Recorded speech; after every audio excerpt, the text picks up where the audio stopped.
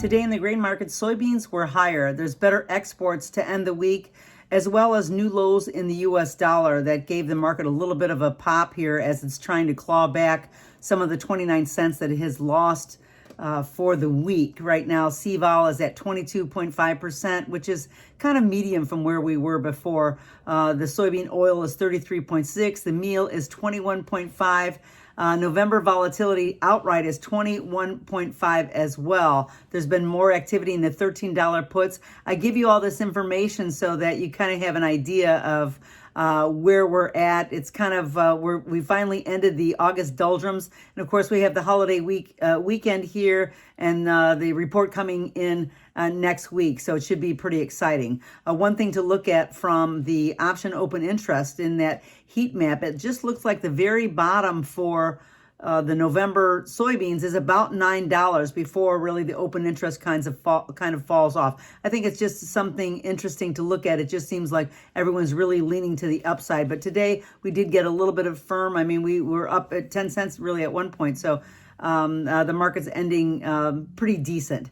Corn, not as well. It was a little bit easier right now. I think there is still some worry about the Gulf Coast terminal damage really slowing the exports. Futures are relatively consolidative, though, even though they were a little bit weaker today. We're expecting some rains over the weekend. I think the focus now is going to be the USDA report next week. On September 10th. The CVOL for corn was 29.8%, which is a little bit higher. And the bottom of the open interest for the December corn is $4. So it just seems like that's a little bit of a platform, or just a little some support that I'm showing you what's in the market. For wheat now, it was firm. I think there's been some flood watch for eastern Kansas, and of course we've seen some heavy rains, and certainly the East Coast has been having its troubles along with the Delta area. Mother Nature is absolutely having her way right now, and I think if we don't adopt the adage that the extreme is the norm, you're going to miss out on exactly what's happening, certainly in this country.